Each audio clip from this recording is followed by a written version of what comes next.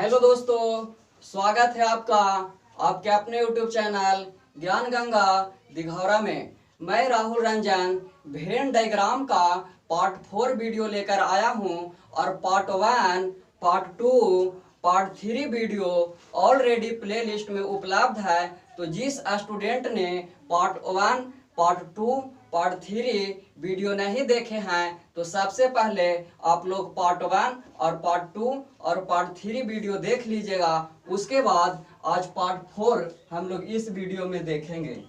तो Venn diagram का अगला टाइप जो एग्जाम में वेन डायग्राम से रिलेटेड कैसे कैसे प्रश्न पूछते हैं, तो इस वीडियो में हम लोग वेन डायग्राम का अगला टाइप देखेंगे। तो प्रश्न में दिया है कि इस आलेख में 100 खिलाड़ी अलग अलग खेल खेलते हैं। प्रश्न में दिया गया है कि इस आलेख में 100 खिलाड़ी अलग अलग खेल खेलते हैं, जिसमें हरा वाला कलर है, हरा वृत्त है जो क्रिकेट प्लेयर को इंडिकेट कर रहा है। उसी प्रकार रेड कलर का वृत्त है जो फुटबॉल प्लेयर का इंडिकेट कर रहा है। उसी प्रकार ब्लैक कलर का वृत्त है जो हॉकी का खिलाड़ी का इंडिकेट करता है। तो इसमें प्रश्न कैसे पूछते हैं जो हम लोग देखेंगे। तो इस प्रकार के प्रश्न में पूछ दिया जाता है कि फुटबॉल तथा हॉकी खिलाड़ी की संख्या कितना है। ऐसे प्रश्न में इस प्रकार प्रश्न पूछता है एग्जाम में कि फुटबॉल तथा हॉकी खिलाड़ी में कितनी खिलाड़ियों की संख्या है। तो ध्यान दीजिए, फुटबॉल है जो फुटबॉल प्लेयर को रेड कलर का वृत्त इंडिकेट कर रहा है। उसी प्रकार हॉकी खिलाड़ियों को ब्लैक कलर का वृत्त इंडिकेट कर रहा है। तो प्रश्न में पूछ रहा है कि फुटबॉल तथा हॉकी खिलाड़ी की संख्या कितना है। तो देखिए, हॉकी कलर का जो है ब्लैक वृत्त संकेत कर रहा है। उसी प्रकार फुटबॉल प्लेयर को लाल वृत्त संकेत कर रहा है। तो ध्यान दीजिए कि हॉकी तथा फुटबॉल में 15 जो है कॉमन है, यानी कि हॉकी वाला वृत्त भी और फुटबॉल वाला वृत्त दोनों कट कर रहा है। जो 15 है जो हॉकी तथा फुटबॉल दोनों में कॉमन है। तो फुटबॉल तथा हॉकी खिलाड़ी की संख्या 15 हो जाएगा। यहाँ पे फिर से ध्यान दीजिए, देखिए पूछ रहा है कि फुटबॉल तथा हॉकी खिलाड़ी की संख्या कितना है। तो देखिए, हॉकी खिलाड़ी की संख्या मानिए रेड कलर का वृत्त है, फुटबॉल खिलाड़ी की संख्या रेड कलर का वृत्त है। उसी प्रकार हॉकी खिलाड़ियों की संख्या ब्लैक कलर का वृत्त है। तो पूछ रहा है फुटबॉल तथा हॉकी का रेड और ब्लैक में कॉमन है 15, यानी कि ये दोनों का 15 कॉमन है। तो इसका आंसर 15 हो जाएगा, यानी कि फुटबॉल तथा हॉकी खिलाड़ियों की संख्या 15 है। उसी प्रकार नेक्स्ट प्रश्न में पूछ रहा है कि फुटबॉल तथा क्रिकेट खिलाड़ी की संख्या कितना है। तो फुटबॉल है रेड कलर का और क्रिकेट है ग्रीन कलर का, यानी कि फुटबॉल तथा क्रिकेट में कौन सा अंक कॉमन है। तो देखिए, क्रिकेट का है ग्रीन और फुटबॉल का है रेड। तो रेड और ग्रीन में 20 कॉमन है, यानी कि फुटबॉल तथा क्रिकेट खिलाड़ियों की संख्या 20 हो जाएगा। इस प्रकार प्रश्न में डायग्राम दे दिया जाता है और ऐसे प्रश्न पूछते हैं तो उसमें हम लोग कॉमन निकाल कर प्रश्न को हल करेंगे। उसी प्रकार पूछ रहा है कि क्रिकेट तथा हॉकी खिलाड़ियों की संख्या कितना है। तो क्रिकेट है ग्रीन कलर का और हॉकी है ब्लैक कलर का। तो ग्रीन और ब्लैक में कौन सा कॉमन है। तो देखिए, ग्रीन और ब्लैक में 10 है जो कॉमन है, यानी कि क्रिकेट तथा हॉकी खिलाड़ियों की संख्या 10 हो जाएगा। फिर नेक्स्ट प्रश्न में पूछ रहा है कि केवल क्रिकेट खिलाड़ियों की संख्या। तो क्रिकेट खिलाड़ियों की संख्या जो ग्रीन कलर का वृत्त शो कर रहा है, तो केवल क्रिकेट यानी 25 है जो केवल क्रिकेट का शो कर रहा है। 25 खिलाड़ी केवल क्रिकेट का। देखिए, नहीं तो इसको रेड कलर विभाजित कर रहा है, नहीं तो ब्लैक, यानी कि खिलाड़ियों की संख्या केवल जो क्रिकेट खेलने वालों की संख्या है जो 25 है, क्योंकि देखिए ग्रीन कलर जो क्रिकेट का शो करता है और केवल खिलाड़ियों की संख्या जब क्रिकेट में पूछ रहा है तो इसका आंसर 25 हो जाएगा, इसका आंसर 25 हो जाएगा। उसी प्रकार देखिए केवल फुटबॉल खिलाड़ियों की संख्या, तो केवल फुटबॉल में 13 ना है भाई, सिर्फ 13 है, नहीं तो हॉकी नहीं तो क्रिकेट, सिर्फ फुटबॉल के पूछ रहा है तो 13 हो जाएगा। देखिए नहीं तो ग्रीन इसको कट कर रहा है, नहीं तो ब्लैक कट कर रहा है, यानी केवल फुटबॉल खिलाड़ियों की संख्या अगर पूछता है तो 13 हो जाएगा, यानी केवल फुटबॉल खिलाड़ियों की संख्या 13 हो जाएगा। उसी प्रकार केवल हॉकी खिलाड़ियों की संख्या, तो केवल हॉकी खिलाड़ियों की संख्या 12 हो जाएगा। देखिए नहीं तो ग्रीन कट कर रहा, नहीं तो रेड कट कर रहा, केवल हॉकी खिलाड़ियों की संख्या सिर्फ 12 यहाँ पे हो जाएगा।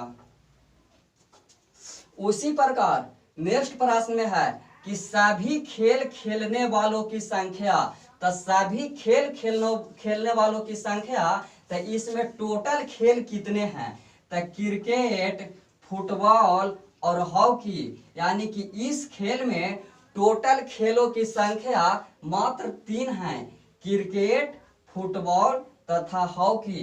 यानी कि कौन सा ऐसा है जो तीनों में कॉमन है, यानी क्रिकेट में भी, फुटबॉल में भी और हॉकी में भी। तो ध्यान दीजिए 5 खिलाड़ी ऐसे हैं जो क्रिकेट, फुटबॉल, हॉकी तीनों में कॉमन हैं। तो सभी खेल खेलने वालों की संख्या, तो सभी खेल तीन खेलना होगा, क्रिकेट, फुटबॉल और हॉकी, यानी कि सभी खेल खेलने वालों की संख्या 5 हो जाएगा, क्योंकि 5 जो है जो तीनों वृत्त में कॉमन है, क्रिकेट में भी, हॉकी में भी और फुटबॉल में भी। देखिए हॉकी में भी, क्रिकेट में भी आ गया, उसी प्रकार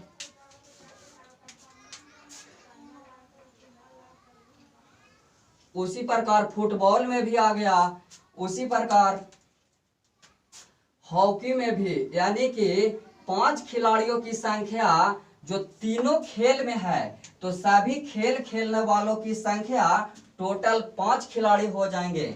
फिर नेक्स्ट प्रश्न में पूछ रहा है कि केवल 2 खेल खेलने वालों की कुल संख्या, केवल 2 खेल, तो केवल दो खेल में देखिए क्रिकेट और हॉकी, यानी 2 खेल हो जाएगा।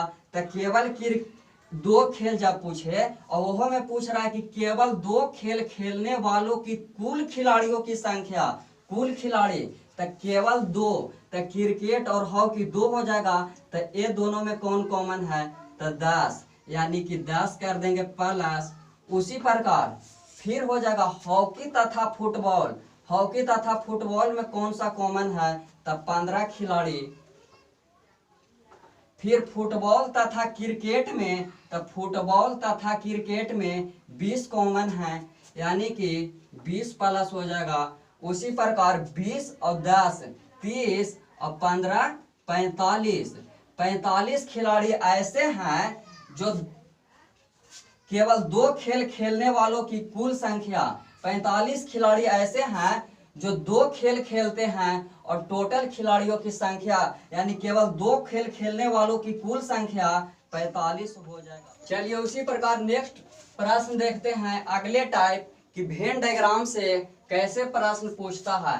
तो वहां पे आपको डायग्राम दे दिया जाएगा, डायग्राम एग्जाम में दे दिया जाता है और उनसे कैसे प्रश्न पूछा जाता है जो इस वीडियो में हम लोग देखते हैं। तो डायग्राम में जो वृत्त है वहां पे भी शो कर देता है, जैसे वृत्त है जो अंग्रेजी भाषा को संकेत करता है, वृत्त है जो अंग्रेजी भाषा को संकेत करता है।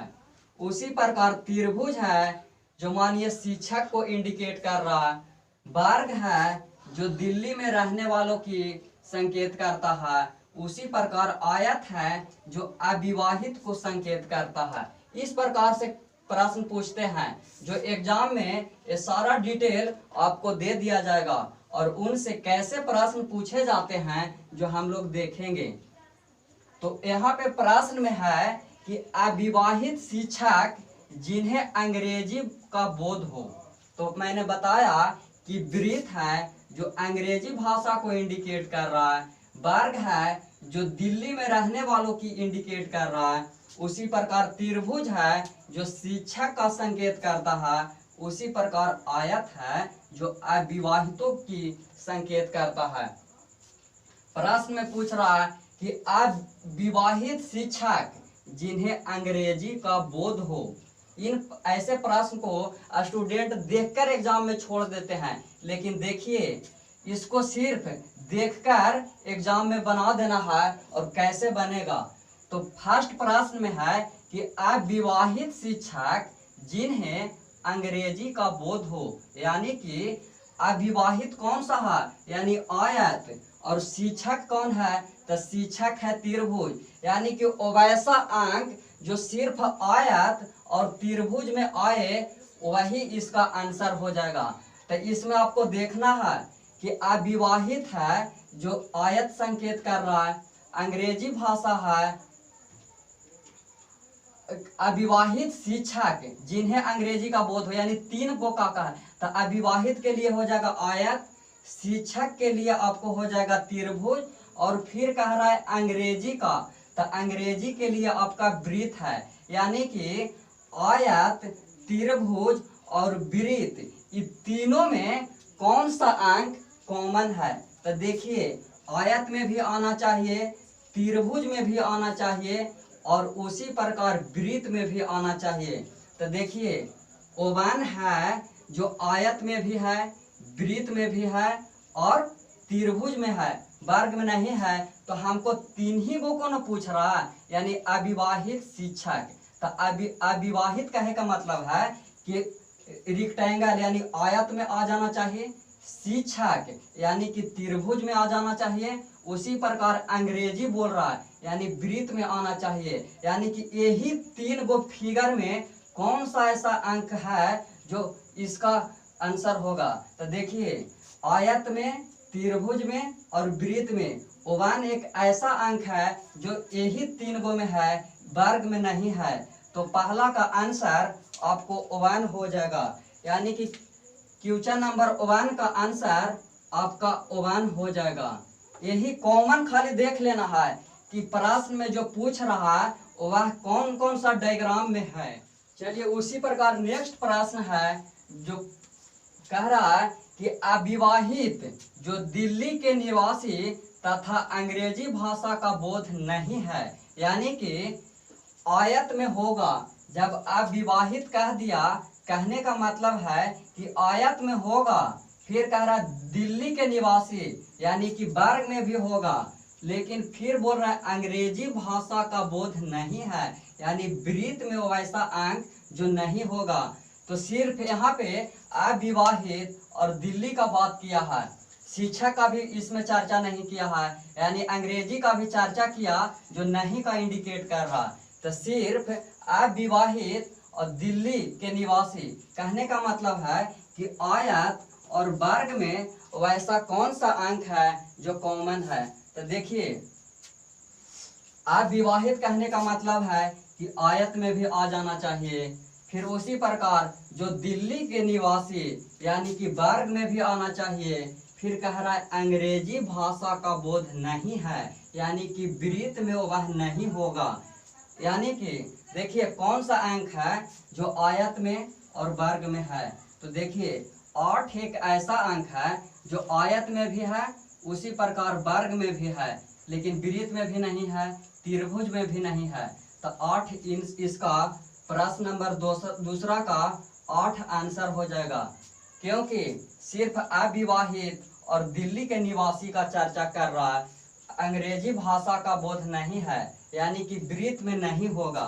तो अविवाहित यानी आयत में और दिल्ली यानी वर्ग में। तो 8 देखिए ये आयत में भी है, उसी प्रकार वर्ग में भी है, यानी कि आयत में भी आ गया, उसी प्रकार देखिए वर्ग में भी आ गया।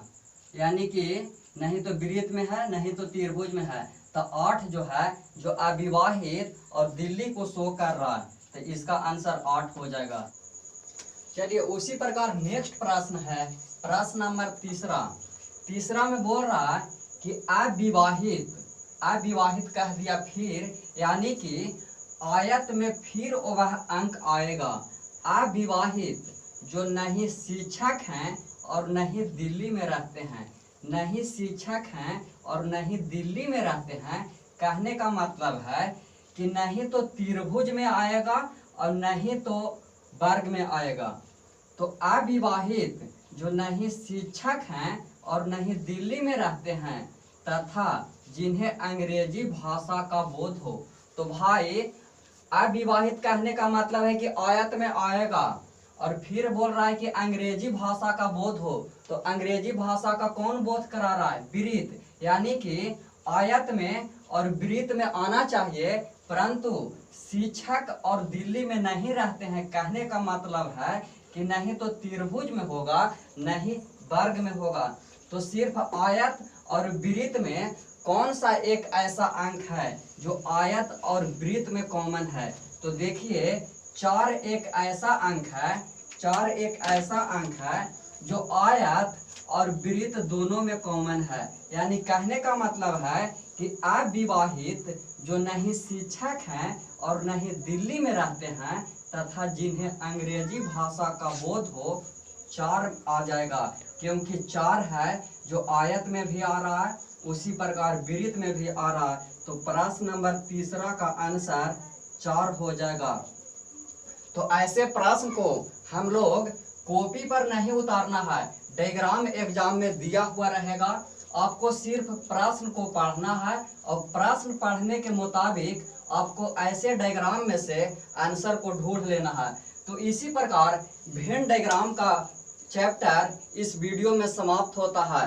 तो दोस्तों अभी तक मेरे चैनल को जो भी स्टूडेंट सब्सक्राइब नहीं किए हैं तो प्लीज पहले सब्सक्राइब, कमेंट तथा लाइक कर दीजिएगा, क्योंकि मैं हर वीडियो में नहीं बोलता हूं कि सब्सक्राइब कीजिए, कमेंट कीजिए और लाइक कीजिए, क्योंकि पढ़ाने के दौरान डिस्टर्ब होता है। इसलिए आपसे अनुरोध है कि जिस स्टूडेंट्स ने मेरे चैनल को सब्सक्राइब नहीं किए हैं तो सबसे पहले सब्सक्राइब कर दीजिए। और एक मैटर और आ रही है स्टूडेंट से कि सर आप बोर्ड पर पहले क्यों लिख देते हैं? तो बात यह है कि मेरे पास कोई डिजिटल बोर्ड नहीं है भाई कि मैंने क्लिक किया और आ गया। यहाँ पे समय को बचाना है इसलिए मैंने लिख देता है, और मेरे पास छोटा बोर्ड है। तो अगर हम पढ़ाने के दौरान लिखेंगे तो ज़्यादा समय लगेगा।